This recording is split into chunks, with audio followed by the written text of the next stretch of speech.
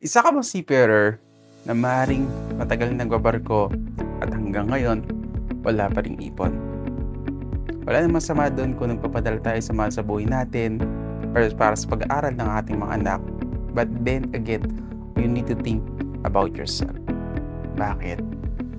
We need to be reminded na ang pagiging seafarer sa barko is contractual at may limitation. Kasi kung hindi tayo magkakaroon ng personal saving for ourselves, definitely it will affect soon your family and your loved ones. So paano nga ba natin may iwasan o paano nga ba natin sisimulan to save for ourselves in future? So hindi pa naman huli lahat, no? But you need to start and be consistent in these tips that I will give to you. Number 1, you should keep at least 10% of your income. Kung kumikita ka ng 40,000, at least 4,000 i-keep mo na para sa sarili mo. Kung kaya mo taasan, much better. Pero kung hindi kaya, okay na 10%. You start little by little. You don't need to rush. Kung hindi mo kaya talaga ng sa taas, start a little. Be consistent. That's the number 1. Number 2, protect yourself. What does it mean? Ibig sabihin, i-insure mo sarili mo. Kasi nga, kung wala kang personal protection for your assets, what if kung magkasakit ka? Anong mangyayari sa assets mo?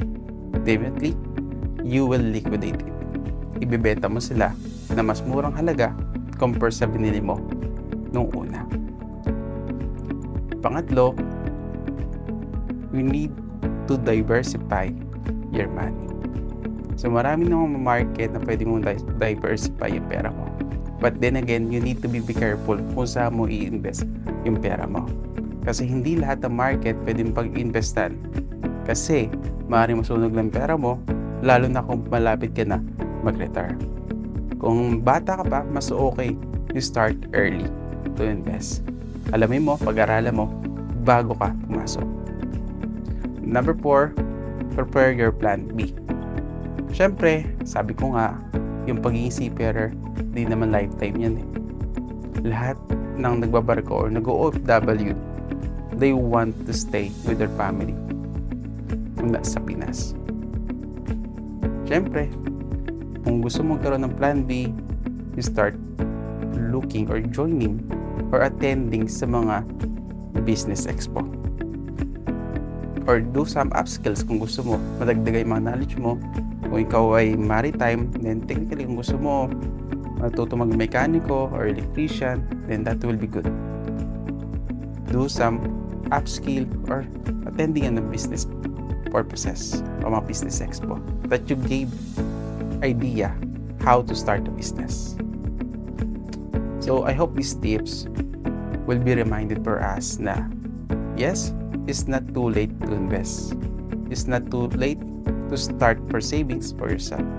It's not too late to be insured. But definitely, if you be consistent and persistent, you will be able to meet your future goals someday. My name is James Guansol, your life partner C. Thank you.